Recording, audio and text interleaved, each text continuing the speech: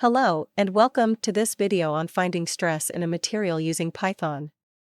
In this video, we'll be writing a simple Python script to calculate the stress in a material based on the applied force and the cross-sectional area.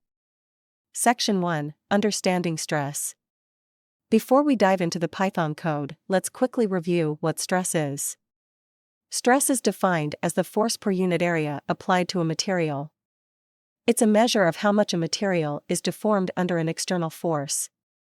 The formula for stress is given by stress equals force/area, where force is the applied force and area is the cross-sectional area.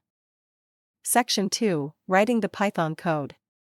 Now let's write the Python code to find the stress in a material.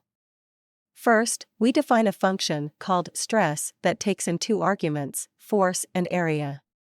This function calculates the stress using the formula we discussed earlier and returns the result. Next, we prompt the user to enter the values for the applied force and area.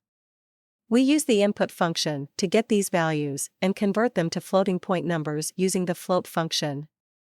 Finally, we call the stress function with the values of force and area as arguments and assign the result to a variable called stress. We then print out the result using the print function. Section 3, Conclusion. And that's it. This simple Python script will calculate the stress in a material based on the applied force and the cross-sectional area. I hope you found this video helpful. If you have any questions, feel free to ask in the comments section. Thanks for watching. Don't forget to like and subscribe for more programming tutorials.